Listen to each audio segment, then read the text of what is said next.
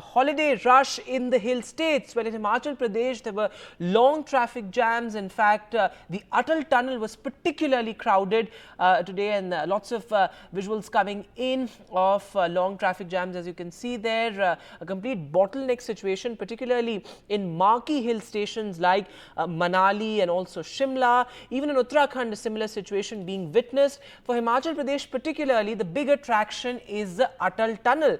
Now, of course, snowfall is being reported there for the past couple of days, which is why it's such a big attraction there. And in fact, the Chief Minister tweeted today saying that 65,000 tourists have flocked the Atal tunnel and over 12,000 vehicles are inside it.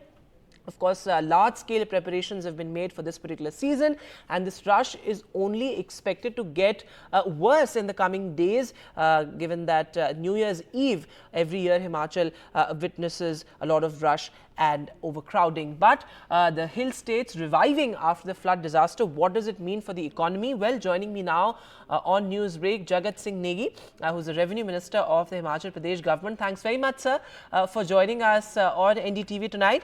So my first question to you, did the state administration expect this kind of tourist footfall? Because these are record-breaking numbers we're looking at. Just the Atal tunnel saw over 65,000 tourists inside it.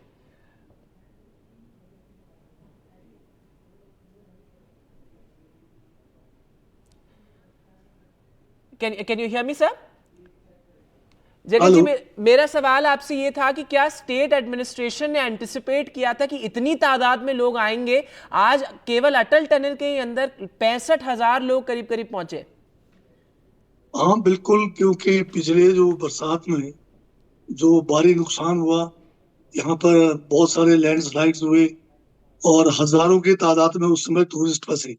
परंतु जिस प्रकार से हिमाचल प्रदेश की सरकार ने और विशेषकर हमारे मुख्यमंत्री ठाकुर सुखविंदर सिंह सुक्खू के नेतृत्व में इन टूरिस्टों को सभी सेफली, चाहे वो किसी भी हिमाचल प्रदेश के, चाहे लाहौल स्पीति में थे, चाहे शिमला डिस्ट्रिक्ट में थे, कुल्लू मनाली में थे, चाहे 14,000 की ऊंचाई पर 3-3 फुट बर्फ में चंद्रताल में थे, सभी को बड़े सुरक्षित तरीके से निकाला गया और लोगों में विश्वास पैदा हुआ है कि हिमाचल में आपदाएं आएगी, उसमें भी जो है सरकार का पूरा सहयोग मिलेगा और टूरिस्टों ने आना शुरू किया है। ये उसी का नतीजा है। अब नेगी जी, पिछले कुछ महीनों में हिमाचल की जो इकोनॉमी है वो काफ़ी सफ़र किया है उसने, क्योंकि जितना नुकसान हुआ फ्लड्स के बाद, तमाम नेचुरल डिज़ास्टर से हिमाचल जूझता रहा। तो अब ये टूरिज़्म जो टूरिज़्म में हम बूम देख रहे हैं एक तरीके से इस हॉलीडे सीज़न, आपको क्या लगता है हिमाचल की इकोनॉमी में इसका कहीं ना कहीं सकारात्मक असर होगा? कैसे आपको ये आपकी इकोनॉमी की रिकवरी में हेल्प करेगा?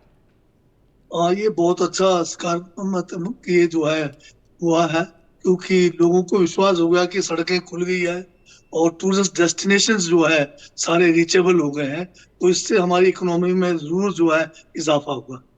कितना नुकसान सहा है हिमाचल प्रदेश में? क्योंकि आज हम ये जो तमाम तस्वीरें देख रहे हैं, ये खुशी की तस्वीरें हैं कि टूरिस्ट वापस आ रहे हैं। वहाँ पर आप अटल टनल की भी जो तमाम तस्वीरें आई, बहुत बहुत खुशहाली का माहौल है वहाँ पर। लेकिन हिमाचल ने बहुत नुकसान भी सहा है इस साल, खासकर जितना नुकसान हुआ है फ्लड्स की वजह से, नेचुरल डिजास्टर, नेचुरल कैलामिटी की वजह से। कितना इकोनॉमी पर कितना असर है उसका? अगर आप इसको हिसाब लगाएंगे तो 12,000 करोड़ से ज्यादा का नुकसान तो जो है खाली सड़क संपर्क के टूटने से, लोगों के मकानों के टूटने से और लोगों के खेती और बगीचों के नुकसान से हुआ है। सरकारी संपत्तियों का नुकसान हुआ है, जिसमें पीने की पानी की योजनाएं हैं, बिजली की योजनाएं, और अगर इकोनॉमी को लगाएंगे तो वो अलग से बड़ा भारी हजारों के हिसाब से नुकसान हुआ है। तो साथ में केंद्र सरकार से हमें कोई विशेष पैकेज भी नहीं मिला है। उसके बावजूद जिस तरह से हमारे मुख्यमंत्री ठाकुर सुखविंदर सिंह सुक्खू ने बड़ी निपुणता के साथ इस त्रासदी को झेला है और लोगों को एक राहत पैकेज दिया है, वो पूरे हिंदुस्तान में कहीं नहीं मिला है। जी, बहुत बड़ी त्रासदी थी हिमाचल के लिए, क्योंकि तमाम लोगों की मौत भी हुई उस दौरान। लेकिन एक बात ये बताइए कि जो ये इतना बड़ा टूरिस्ट इन्फ्लक्स हम देख रहे हैं आज, अब हम हमारे दफ्तर में भी इस चीज़ को लेकर बात हो रही थी कि बहुत लोग अब हॉलीडे सीजन में हिमाचल जाने की सोच रहे हैं। अगले हफ्ते ये टूरिस्ट इन्फ्लक्स और बढ़ेगा, तो क्या हिमाचल तैयार है इतनी तादाद में लोगों को झेलने के लिए? क्योंकि ट्रैफिक की तमाम तस्वीरें आ रही हैं, ट्रैफिक जैम्स की, और वहाँ पर लोग भरे हुए हैं पूरी तरीके से एक चोक होल्ड की तरह। तो किस तरीके से हिमाचल तैयारी कर रहा है इतनी तादाद में लोगों को संभालने के लिए? हाँ, ये इसी का नतीजा है कि हमने बड़ी जल्दी रिकूप किया है।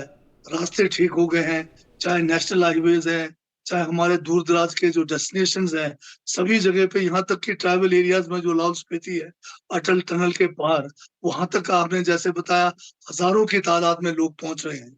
तो हम अब जो है इसको, जैसे जो जाम है लग रहा है, इसको भी मतलब हम जो है ठीक कर पाएंगे। पूरी कोशिश करेंगे कि टूरिस्टों को किसी किस्म की कोई तकलीफ ना हो, असुविधा ना हो, उसका पूरा ख्याल रखा जाएगा।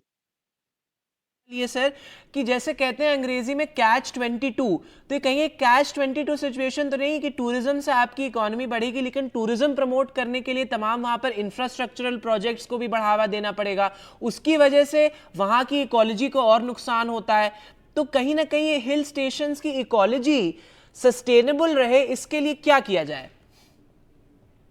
हाँ, जब टूरिस्ट का एक लिमिट होता है, उस लिमिट का भी हमें ध्यान रखना पड़ेगा। हम्म। और भविष्य में हम इसके बारे में जो है एक प्लानिंग के साथ टूरिस्ट को किस डेस्टिनेशन पे कितने तादाद में जाए, इस किस्म के बात के लिए भी हमें विचार करना पड़ेगा। बिल्कुल नेगी जी, बहुत शुक्रिया हमारे साथ जुड़ने के लिए।